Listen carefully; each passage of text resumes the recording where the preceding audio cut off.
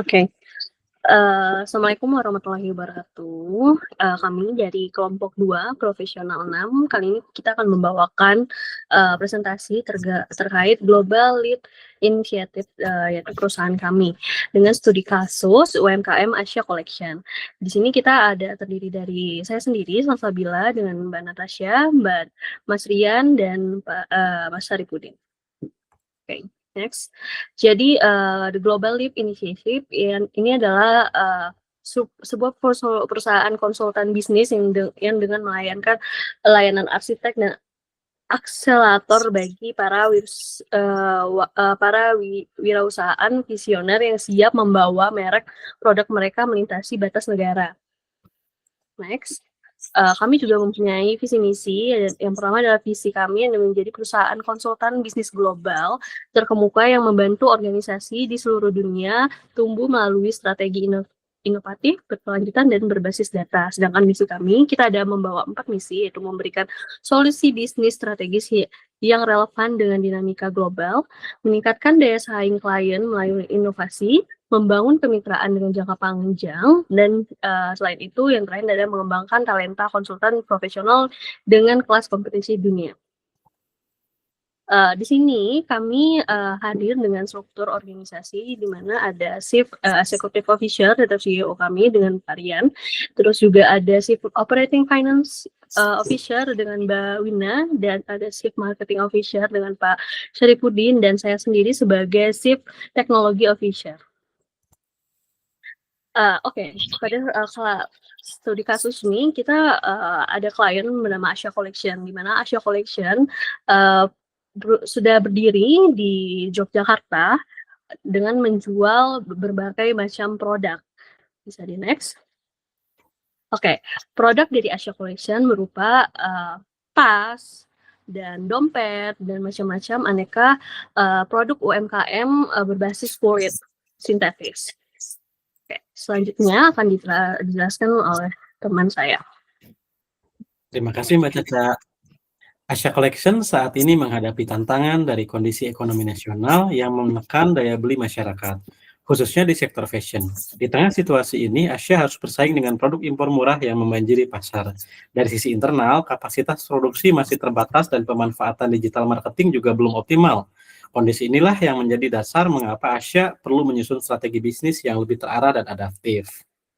Secara umum, hambatan Asia dapat diringkas pada 3 hal utama, yaitu keterbatasan kapasitas dan sistem internal, belum optimalnya digitalisasi, serta tekanan eksternal berupa penurunan daya beli dan persaingan pasar. Detailnya akan dibahas lebih lanjut dalam analisis SWOT oleh Mbak Wina.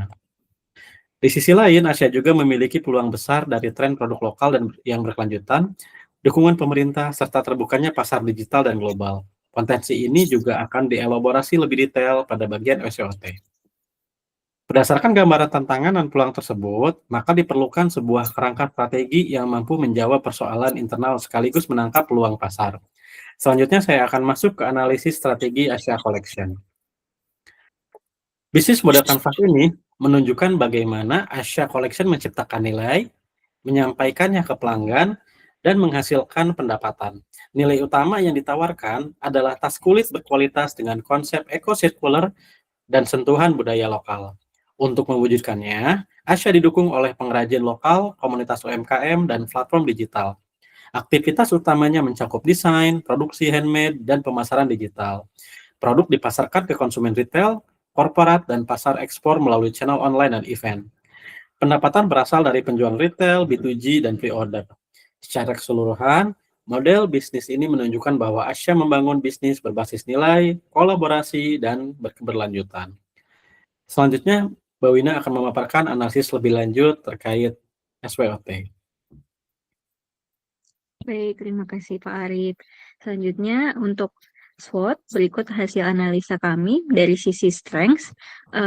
Produk yang dijual oleh Asia berkualitas dan orisinil, memiliki nilai lokal dan juga story brand yang sangat kuat, juga jejaring dan kredibilitas dengan pengrajin lokal, serta fleksibilitas produksi.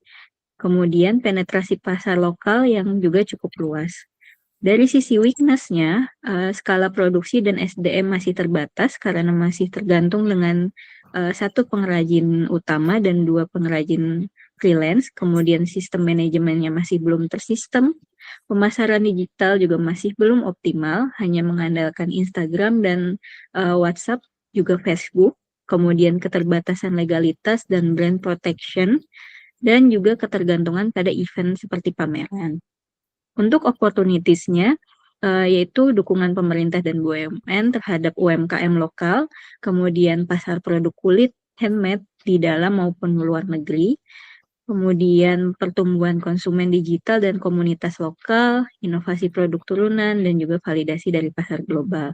Dari sisi threats-nya atau ancaman, ada kondisi ekonomi makro yang kurang baik, kemudian persaingan harga yang sangat ketat di e-commerce, ketergantungan dengan channel offline, risiko legalitas, dan ketergantungan pada pengrajin tunggal. Lalu strategi yang dapat diterapkan berdasarkan strength dan opportunities-nya yaitu memperluas pasar digital ke platform kurasi seperti Blibli, lokal brand atau Amazon Handmade, kemudian membangun jaringan dan reputasi dari pembinaan CSR untuk mengikuti lebih banyak program inkubasi UMKM, kemudian membuat konten digital storytelling di Instagram, TikTok, dan lain sebagainya, serta mengembangkan kolaborasi dengan komunitas batik fashion lokal untuk menciptakan produk yang khusus khas Jogja. Dari sisi weakness dan threats-nya, perlu diversifikasi kanal penjualan supaya tidak bergantung dengan pameran offline. Kemudian perlu SOP supaya proses produksi dan kontrolnya juga lebih terjaga. Membangun database pelanggan, kemudian juga mengembangkan program kemitraan. Next. Untuk analisis Porter's 5 Forces-nya, berikut penilaiannya. Untuk competitive rivalry dinilai sangat kuat karena persaingannya sangat ketat dengan brand tas kulit lain yang juga menawarkan harga yang lebih murah. Kemudian threat of new entrants dinilai sedang karena industri mudah dimasuki, namun Asia Collection sendiri sudah punya pengalaman dan dukungan dari BUMN. Kemudian dari bargaining power of suppliers dinilai sedang karena pemasok kulit lokal memberikan keunggulan rantai pasok, namun masih tergantung dengan 3 pengrajin lepas dan 1 pengrajin utama. Dari sisi threats of substitutes dinilai sangat kuat karena ada ancaman dari produk tas sintetis atau kanvas yang lebih murah dan trendy. Kemudian bargaining power of buyers dinilai dinilai kuat karena pembeli sensitif dengan harga dan mudah beralih pada pilihan lainnya. Jadi secara keseluruhan dinilai tekanan kompetitifnya tinggi, sehingga strategi yang tepat untuk Asia Collection adalah differentiation strategi, bukan cost leadership, kemudian fokus pada niche global handmade dan ethical buyers, penguatan brand story dan reputasi, serta operasi bertahap dan fleksibel. Selanjutnya, untuk strategi kewirausahaan global, yang perlu ditekankan adalah inovasi, baik dari inovasi produk seperti produk ekosirkular, limbah kulit, kolaborasi lokal, limited edition, kemudian inovasi digital, story-based content marketing, live selling, kampanye buy lokal, inovasi pasar dan kolaborasi melalui co-branding, pop-up gallery, mitra CSR, dan persiapan ekspor, kemudian inovasi operasional, pembuatan jaringan pengrajin mandiri, pemakaian alat bantu digital sederhana atau ERP, penerapan sistem PO, dan pemberian pelatihan teknis. Kemudian inovasi dari segi branding, kemasan eco-friendly, storytelling tentang pemberdayaan pengrajin lokal, dan juga penekanan kualitas dan desain timeless. Terakhir, inovasi dalam segi customer experience seperti program loyalty, DIY workshop, dan juga sharing testimoni. Selanjutnya dilanjutkan oleh Mas Rian, silahkan. Oke, terima kasih Mbak Wina. Selanjutnya dari kami merancang Global Customer Journey yang utuh, di mana kalau kita lihat di sini kita mulai dari tahap awareness dengan membangun storytelling pengrajin di media sosial, membangun kepercayaan di tahap consideration lewat konten behind the skin, sehingga kemudahan transaksi yang dilakukan oleh pembeli. Namun, fokus utama kami di sini adalah pada delivery dan post-purchase, di mana kami menciptakan unboxing experience sehingga menciptakan emosional dan program loyalitas. Tujuannya adalah mengubah pembeli menjadi advocates yang merekomendasikan produk kami secara sukarela. Oke, next. Di sini bisnis kami juga ini tidak berjalan sendirian. Kami menerapkan quintuple helix model, di mana kami berkolaborasi dengan akademisi untuk menciptakan riset and development atau riset pasar, kemudian industri logistik dan digital untuk optimisasi platform digital. Nah, serta bekerja sama juga dengan pemerintah untuk kemudahan sertifikasi ekspor. Kami juga di sini melibatkan masyarakat sipil sebagai komunitas pelestari budaya dan memprioritaskan aspek lingkungan melalui ekosirkular produk. Kolaborasi lintas sektor ini adalah fondasi keberlanjutan dari bisnis kami. Okay, next. Nah, secara manajemen pemasaran dan operasional internasional, kami memadukan dua manajemen ini secara terintegrasi, di mana kalau kita lihat dari sisi pemasaran, kami tidak hanya sekedar menjual tas, tetapi menjual value. Target kami adalah konsumen global yang peduli pada ethical fashion dan sustainability. Strategi produk kami adalah desain yang timeless dan tidak terikat pada budaya spesifik, agar mudah diterima di lintas negara dengan pricing yang berbasis nilai atau value. Nah, sedangkan dari sisi operasi, kuncinya adalah efisiensi, di mana kami menerapkan sistem made to order dan limited stock untuk meminimalkan resiko inventaris.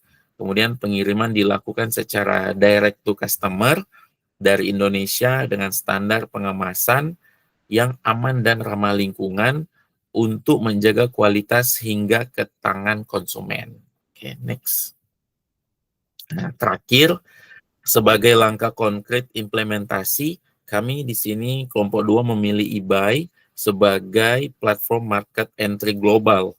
Status kami memang saat ini masih berada di fase pre-commercialization dan kami sedang memfinalisasi kurasa visual standar internasional, deskripsi berbahasa Inggris, dan verifikasi sistem pembayaran global. Fokus kami saat ini adalah mematangkan persiapan sistem agar saat toko go live, operasional berjalan tanpa hambatan.